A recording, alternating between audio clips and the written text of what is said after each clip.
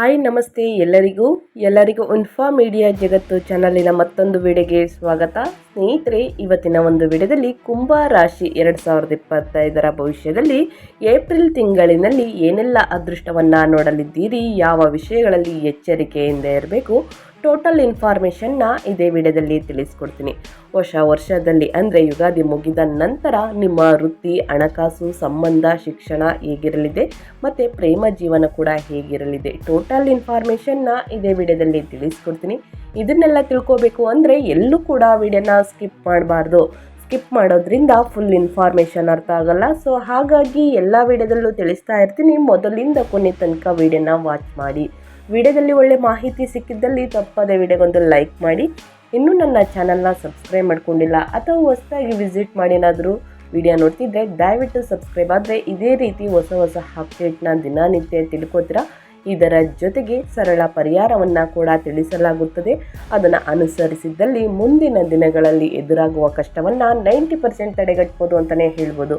ಹಾಗಿದ್ರೆ ಯಾರೆಲ್ಲ ಸಬ್ಸ್ಕ್ರೈಬ್ ಮಾಡಿಕೊಂಡು ದಿನನಿತ್ಯ ವಿಡಿಯೋ ವಾಚ್ ಮಾಡ್ತಿದ್ದೀರಾ ಅವರಿಗೆ ಥ್ಯಾಂಕ್ ಯು ಸೋ ಮಚ್ ಅಂತ ಹೇಳ್ತಾ ವಿಡಿಯೋದ ಕಡೆ ಗಮನ ಕೊಟ್ಬಿಡೋಣ. ಸ್ನೇಹಿತರೆ, ಯುಗಾದಿ ಮುಗಿದ ನಂತರ ಶನಿದೇವರ ಕೃಪೆಯಿಂದ 9 ಅದೃಷ್ಟದ ಫಲಗಳನ್ನು ನೋಡಲಿದ್ದೀರಿ. ಸ್ನೇಹಿತರೆ, ಒಂದೊಂದಾಗಿ ತಿಳಿಸ್ಕೊಡ್ತೀನಿ. ವೃತ್ತಿ ಭವಿಷ್ಯದಲ್ಲಾಗಲಿ, ವ್ಯವಹಾರ ವ್ಯಾಪಾರದಲ್ಲಾಗಲಿ, ಸ್ನೇಹಿತರೆ ನಿಮ್ಮ ಪ್ರೇಮ ಜೀವನ, ಈ ಥರ ನಿಮ್ಮ ಕುಟುಂಬದಲ್ಲಿ ಏನೆಲ್ಲ ಬದಲಾವಣೆಗಳು ಆಗಲಿದೆ, ಏನೆಲ್ಲ ಅದೃಷ್ಟದ ಫಲಗಳನ್ನು ಗಳಿಸಲಿದ್ದೀರಿ, ಟೋಟಲ್ ಇನ್ಫಾರ್ಮೇಷನ್ನ ತಿಳಿಸ್ಕೊಡ್ತೀನಿ. 2025ರಲ್ಲಿ ಕುಂಭರಾಶಿಯವರಿಗೆ ವೃತ್ತಿ, ಹಣಕಾಸು ಮತ್ತು ಸಂಬಂಧಗಳಲ್ಲಿನ ಬೆಳವಣಿಗೆಗೆ ಮತ್ತು ಸವಾಲುಗಳು ವರ್ಷ ಆಗಲಿದೆ ಅಂತಲೇ ಹೇಳ್ಬೋದು. ಹೊಂದಾಣಿಕೆ, ತಾಳ್ಮೆ ಮತ್ತು ಪರಿಹಾರ ಹಿನ್ನಡೆಯೊಂದಿಗೆ ಅವಕಾಶಗಳನ್ನು ಸಮತೋಲನಗೊಳಿಸಲು ಸಹಾಯ ಮಾಡುತ್ತದೆ. ಹಾಗಿದ್ರೆ ಸ್ನೇಹಿತರೆ, 2025ರ ಕುಂಭರಾಶಿಯವರಿಗೆ ಮಿಶ್ರ ಅನುಭವಗಳು ವರ್ಷವಾಗಿರುತ್ತದೆ. ಯುಗಾದಿ ಮುಗಿದ ನಂತರ ನಿಮ್ಮ ತಾಳ್ಮೆ ಮತ್ತು ಹೊಂದಾಣಿಕೆಯನ್ನು ಪರೀಕ್ಷಿಸುವ ಸವಾಲುಗಳಾಗಿದೆ. ಸ್ನೇಹಿತರೆ, ಸಮತೋಲಿತ ವೃತ್ತಿ ಮತ್ತು ವೈಯಕ್ತಿಕ ಜೀವನದಲ್ಲಿ ಬೆಳವಣಿಗೆಗೆ ಅವಕಾಶಗಳಿವೆ. ವರ್ಷದ ಆರಂಭದಲ್ಲಿ ನಿಮ್ಮ ಮೊದಲ ಮನೆಯಲ್ಲಿ ಶನಿ ಮತ್ತು ಶುಕ್ರನೊಂದಿಗೆ ಧನಾತ್ಮಕ ಕಂಪನಗಳು ಮತ್ತು ಸಂತೋಷವು ಮುಂದಿನ ತಿಂಗಳಿಗೆ ಹೊಂದಿಕೊಳ್ಳುವಂತೆ ಮಾಡುತ್ತದೆ. ಏಪ್ರಿಲ್ನಿಂದ ಮೇ ತನಕ ವರ್ಷವು ಮುಂದುವರಿಯುತ್ತದಂತೆ ನೀವು ಆತ್ಮಾವಲೋಕನವ ಆಕರ್ಷಿತರಾಗಬಹುದು. ಸ್ನೇಹಿತರೆ, ನಿಮ್ಮ ಗುರಿಗಳು ಮತ್ತು ಆದ್ಯತೆಗಳನ್ನು ಮೌಲ್ಯಮಾಪನ ಮಾಡಲು ನಿಮ್ಮನ್ನು ಪ್ರೇರೇಪಿಸುತ್ತದೆ. ಸವಾಲುಗಳು ಉದ್ಭವಿಸಬಹುದಾದರೂ ಅವು ಮೌಲ್ಯವಾದ ಪಾಠಗಳಾಗಿ ಕಾರ್ಯನಿರ್ವಹಿಸುತ್ತವೆ. ಸ್ನೇಹಿತರೆ, ಸ್ವಯಂ ಆವಿಷ್ಕಾರ ಮತ್ತು ದೀರ್ಘಾವಧಿಯ ಯಶಸ್ಸಿನ ಕಡೆಗೆ ನಿಮ್ಮನ್ನು ಕರೆದುಕೊಂಡು ಹೋಗುತ್ತದೆ. ನಕಾರಾತ್ಮಕ ದೃಷ್ಟಿಕೋನವನ್ನು ಕಾಪಾಡಿಕೊಳ್ಳುವ ಮೂಲಕ ಮತ್ತು ಹೊಂದಿಕೊಳ್ಳುವ ಮೂಲಕ ನೀವು 2025ರನ್ನು ಪರಿವರ್ತಿಸುವ ಮತ್ತು ಲಾಭದಾಯಕ ವರ್ಷವೆಂದು ಕಂಡುಕೊಳ್ಳುತ್ತೀರಿ. ಅದರಲ್ಲಿ ಏಪ್ರಿಲ್ ತಿಂಗಳು ಒಂದು ಅಂತಲೇ ಹೇಳ್ಬೋದು.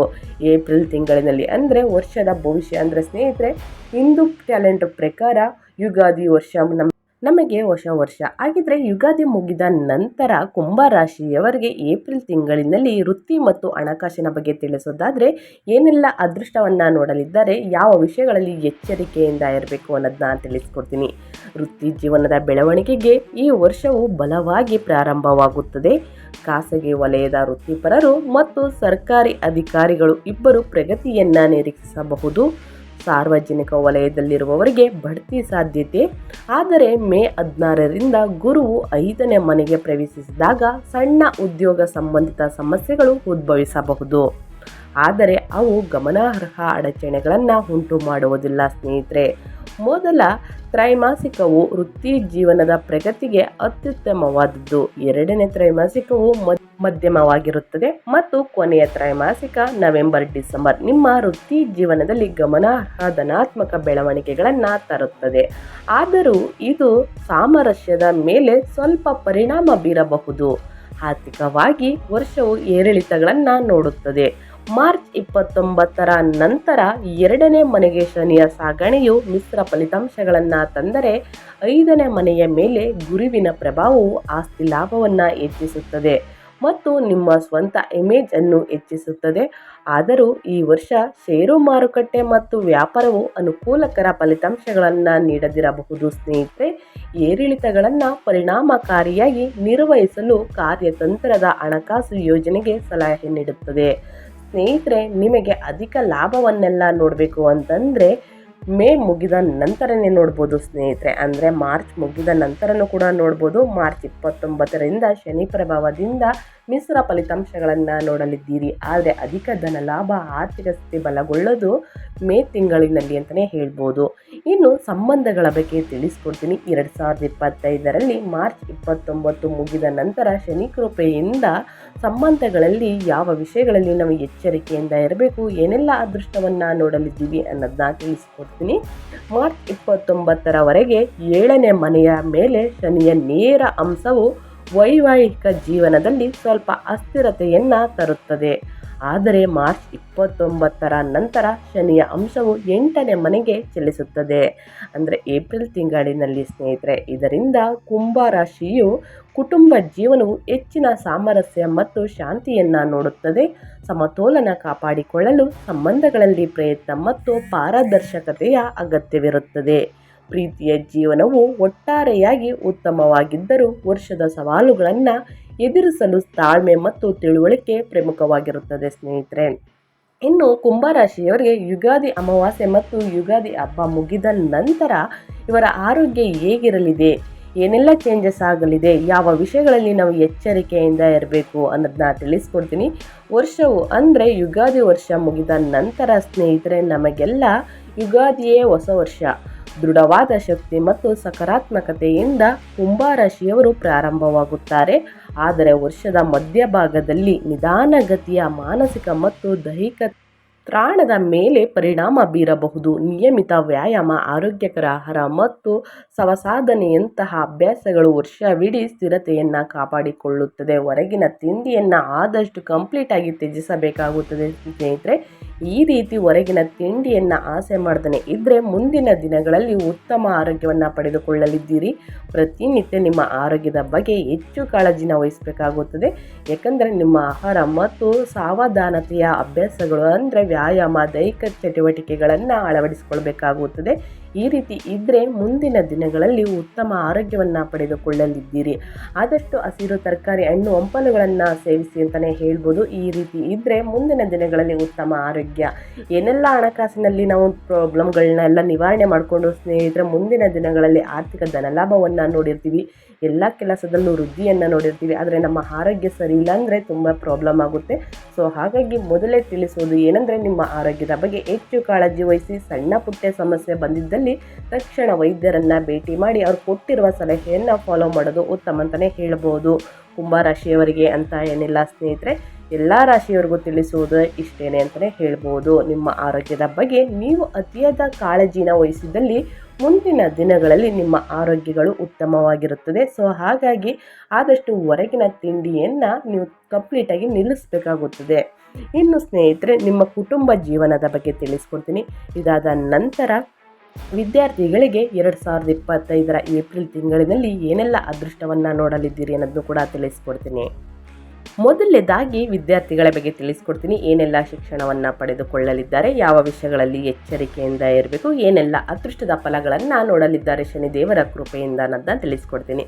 ಸ್ನೇಹಿತರೆ, 2025ರಿಂದ ಹಿಡಿದು ಅಂದರೆ ಯುಗಾದಿ ಭವಿಷ್ಯದ ನಂತರ ಸ್ನೇಹಿತರೆ, ಯುಗಾದಿ ಮುಗಿದ ನಂತರ ಇನ್ನು ಮುಂದಿನ ಮಾರ್ಚ್ವರೆಗೆ ಶಿಕ್ಷಣದಲ್ಲಿ ವಿದ್ಯಾರ್ಥಿಗಳು ಏನೆಲ್ಲ ಬದಲಾವಣೆಗಳನ್ನು ನೋಡಲಿದ್ದಾರೆ ಅನ್ನೋದನ್ನ ತಿಳಿಸ್ಕೊಡ್ತೀನಿ. ಏಪ್ರಿಲ್ ತಿಂಗಳು ಬೆಟರ್ ಇದೆಯಾ ಅಥವಾ ಎಚ್ಚರಿಕೆಯಿಂದ ಇರಬೇಕಾ ಅನ್ನೋದನ್ನು ಕೂಡ ನೋಡ್ತಾ ಹೋಗೋಣ. ಕುಂಭರಾಶಿಗೆ ಸೇರಿದ ವಿದ್ಯಾರ್ಥಿಗಳು ಈ ಹಿಂದೂ ಹೊಸ ವರ್ಷದ ಸಂದರ್ಭದಲ್ಲಿ ತಮ್ಮ ಶಿಕ್ಷಣದಲ್ಲಿ ಉತ್ತಮ ಪ್ರಗತಿಯನ್ನು ಹೊಂದುವರು.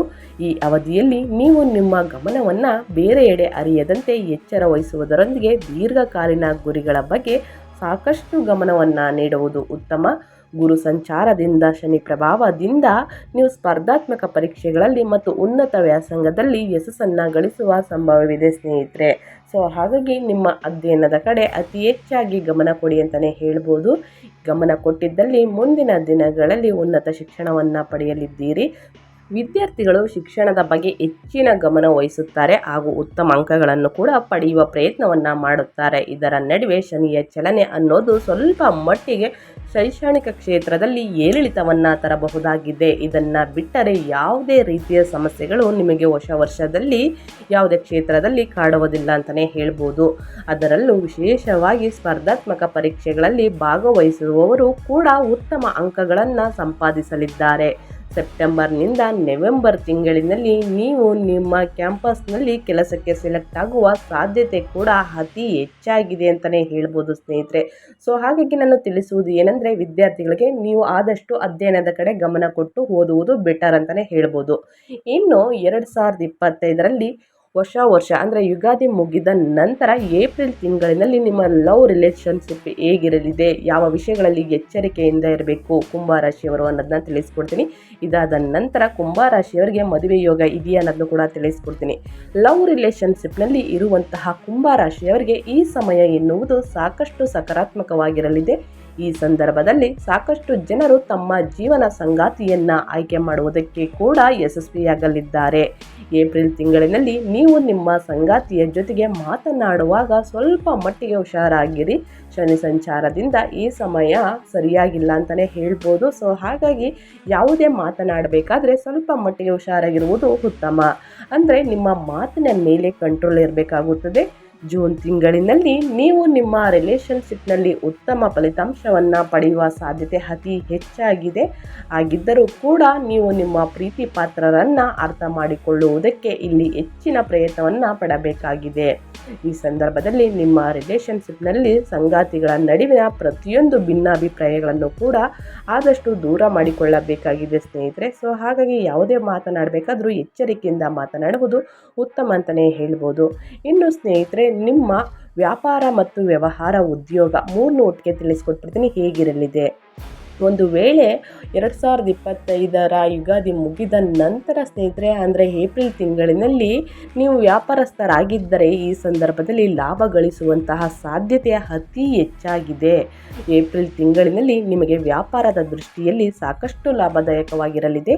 ಈ ಸಂದರ್ಭದಲ್ಲಿ ನಿಮಗೆ ವ್ಯಾಪಾರದಲ್ಲಿ ಹಣದ ಹರಿವು ಹೆಚ್ಚಾಗುವುದರಿಂದಾಗಿ ಹಣಕಾಸಿನ ವಿಚಾರದಲ್ಲಿ ಯಾವುದೇ ರೀತಿಯ ಹೆಚ್ಚಿನ ತಲೆ ಕೆಡಿಸಿಕೊಳ್ಳಬೇಕಾದ ಅಗತ್ಯವಿಲ್ಲ. ಈ ಸಂದರ್ಭದಲ್ಲಿ ನೀವು ನಿಮ್ಮ ಬಿಸ್ನೆಸ್ ಪಾರ್ಟ್ನರ್ಗಳ ಜೊತೆಗೆ ಉತ್ತಮ ರೀತಿಯಲ್ಲಿ ಬಾಂಧವ್ಯವನ್ನು ಹೊಂದಬೇಕಾದಂತಹ ಅಗತ್ಯವಿದೆ ಅಂತಲೇ ಹೇಳ್ಬೋದು. ಕೆಲವೊಂದು ಅಹಿತಕರ ಮಾತುಕತೆಗಳು ನಡೆಯಬಹುದಾಗಿದೆ. ಸೊ ಹಾಗಾಗಿ ನಿಮ್ಮ ಮಾತಿನ ಮೇಲೆ ಅತಿಯಾಗಿ ಗಮನ ಕೊಡಿ, ವಾದ ವಿವಾದಗಳು ಬೇಡ ಅಂತಲೇ ಹೇಳ್ಬೋದು.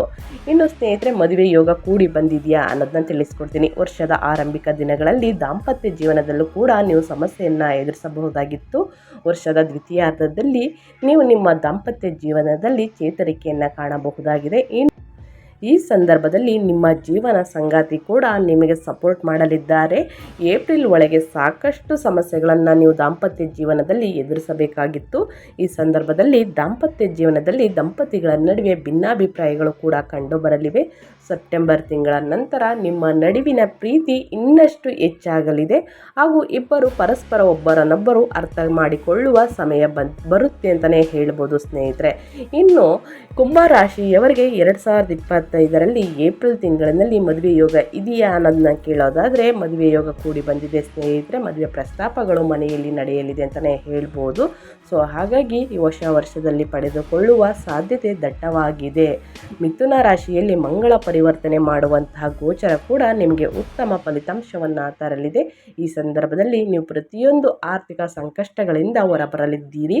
ನಿಮಗೆ ಮದುವೆ ಯೋಗ ಕೂಡ ಬರಲಿದೆ. ನಿಮ್ಮ ಸಂಬಂಧಗಳಲ್ಲಿ ನೆಮ್ಮದಿ ಕೂಡ ನೆಲೆಸಲಿದೆ ಅಂತಲೇ ಹೇಳ್ಬೋದು.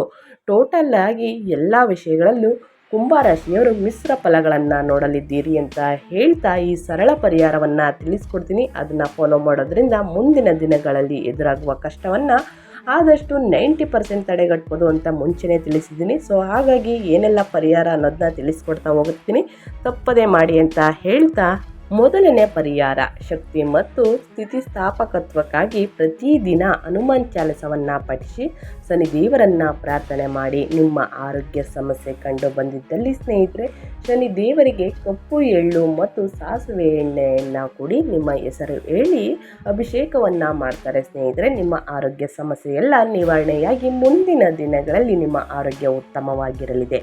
ಇದಾದ ನಂತರ ಪ್ರತಿದಿನ ಮನೆಯಲ್ಲಿ ಬಂದು ಪ್ರತಿ ಶನಿವಾರ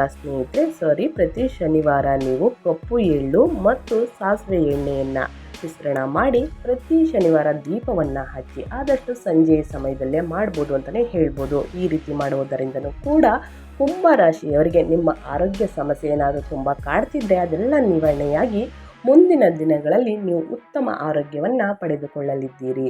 ಶನಿದೇವರ ಆಶೀರ್ವಾದ ನಿಮ್ಮ ಮೇಲಿರುತ್ತೆ ಅಂತಲೇ ಹೇಳ್ಬೋದು. ಇನ್ನು 10 ದೃಷ್ಟಿ ವಿಕಲಚೇತನರಿಗೆ ವರ್ಷದಲ್ಲಿ ಕನಿಷ್ಠ 3 ಬಾರಿ ಆಹಾರವನ್ನು ನೀಡಿ ಸ್ನೇಹಿತರೆ. ಒಂದೊತ್ತಿನ ಊಟವನ್ನು ವಿಕಲಚೇತನರಿಗೆ ವರ್ಷದ ಕನಿಷ್ಠ 3 ಬಾರಿಯಾದರೂ ಊಟವನ್ನು ನೀಡಬೇಕಾಗುತ್ತದೆ. ಇನ್ನು ಗ್ರಹಗಳ ಜೋಡಣೆಯ ಪ್ರಯೋಜನಗಳಿಗಾಗಿ ವರ್ಷವಿಡೀ ಶನಿವಾರದಂದು ಕಪ್ಪು ಮತ್ತು ನೀಲಿ ಬಣ್ಣ ಧರಿಸುವುದನ್ನು ತಪ್ಪಿಸಿ ಅಂತಲೇ ಹೇಳ್ಬೋದು. ಈ ರೀತಿ ಕೂಡ ಶನಿದೇವರಿಗೆ ಒಳ್ಳೆಯದು ಅಂತಲೇ ಹೇಳ್ಬೋದು ಈ ರೀತಿ ಪರಿಹಾರಗಳನ್ನು ಮಾಡುವುದರಿಂದ. ಇನ್ನು ಆದಷ್ಟು ತಾಳ್ಮೆ, ಹೊಂದಿಕೊಳ್ಳುವಿಕೆ ಮತ್ತು ಪರಿಹಾರಗಳು ಅನುಸರಣೆಯೊಂದಿಗೆ ಕುಂಭರಾಶಿಯವರು 2025ರ ವೈಯಕ್ತಿಕ ಮತ್ತು ವೃತ್ತಿಪರ ಬೆಳವಣಿಗೆಯ ವರ್ಷವನ್ನು ಮಾಡಬಹುದು ಮತ್ತು ಅದರ ಸವಾಲುಗಳನ್ನು ಜಯಿಸಬಹುದು ಅಂತಲೇ ಹೇಳ್ಬೋದು. ಆದಷ್ಟು ಈ ಸಣ್ಣ ಪುಟ್ಟ ಪರಿಹಾರಗಳನ್ನು ಮಾಡುವುದರಿಂದ ನಿಮ್ಮ ಆರೋಗ್ಯ ಸಮಸ್ಯೆ ಕೂಡ ನಿವಾರಣೆಯಾಗುತ್ತದೆ. ಮುಂದಿನ ದಿನಗಳಲ್ಲಿ ಅತಿಯಾದ ಧನಲಾಭವನ್ನು ನೋಡಲಿದ್ದೀರಿ. ಮನಸ್ಸಿಗೆ ಮೇಯ್ನಾಗಿ ನೆಮ್ಮದಿ ಸಿಗಲಿದೆ, ಸಂತೋಷ ನೆಲೆಸಲಿದೆ ಅಂತಲೇ ಹೇಳ್ಬೋದು. ಸೊ ಹಾಗಾಗಿ ಈ ಸಣ್ಣ ಪುಟ್ಟ ಪರಿಹಾರಗಳನ್ನು ಮಾಡಿ ಅಂತ ಹೇಳ್ತಾ ನಾನು ವಿಡಿಯೋನ ಎಂಡ್ ಮಾಡ್ತಾ ಇದ್ದೀನಿ. ದಯವಿಟ್ಟು ಇವತ್ತಿನ ಒಂದು ವಿಡಿಯೋ ಇಷ್ಟ ಆಗಿದ್ದಲ್ಲಿ ವಿಡಿಯೋಗೊಂದು ಲೈಕ್ ಮಾಡಿ. ಒಳ್ಳೆಯ ಮಾಹಿತಿ ಸಿಕ್ಕಿದ್ದಲ್ಲಿ ಹೆಚ್ಚು ಫ್ಯಾಮಿಲಿ, ಫ್ರೆಂಡ್ಸು, ಈ ರಾಶಿಗಳನ್ನೆಲ್ಲ ಯಾರೆಲ್ಲ ಹೊಂದಿದ್ದಾರೆ ಅವ್ರಿಗೆ ಈ ವಿಡಿಯೋನ ಶೇರ್ ಮಾಡೋದ್ರಿಂದ ನಿಮ್ಮ ಕಡೆಯಿಂದ ಹೊಸ ಅಪ್ಡೇಟ್ಗಳನ್ನ ಅವರು ಕೂಡ ತಿಳ್ಕೊಂಡಂಗಾಗುತ್ತೆ. ಯಾರೆಲ್ಲ ಸಬ್ಸ್ಕ್ರೈಬ್ ಮಾಡಿಕೊಂಡು ದಿನನಿತ್ಯ ವಿಡಿಯೋ ವಾಚ್ ಮಾಡ್ತಿದ್ದೀರಾ ಅವ್ರಿಗೆ ಥ್ಯಾಂಕ್ ಯು ಸೋ ಮಚ್ ಅಂತ ಮತ್ತೊಮ್ಮೆ ಹೇಳ್ತಾ ಸ್ನೇಹಿತರೆ, ನಿಮಗೂ ಮತ್ತು ನಿಮ್ಮ ಕುಟುಂಬಕ್ಕೆ ತುಂಬಾ ಒಳ್ಳೆಯದಾಗಲಿ. ಶನಿದೇವರ ಆಶೀರ್ವಾದ ನಿಮ್ಮ ಮೇಲಿರಲಿ. ನಿಮ್ಮ ಕಷ್ಟಗಳೆಲ್ಲ ಮುಕ್ತಿಯಾಗಲಿ ಅಂತ ಹೇಳ್ತಾ ಮತ್ತೊಂದು ವಿಡಿಯೋ ಜೊತೆ ಮತ್ತೊಂದು ಹೊಸ ಅಪ್ಡೇಟ್ ತೊಗೊಂಡು ಬಂದು ತಿಳಿಸ್ಕೊಡ್ತೀನಿ. Thank you for watching.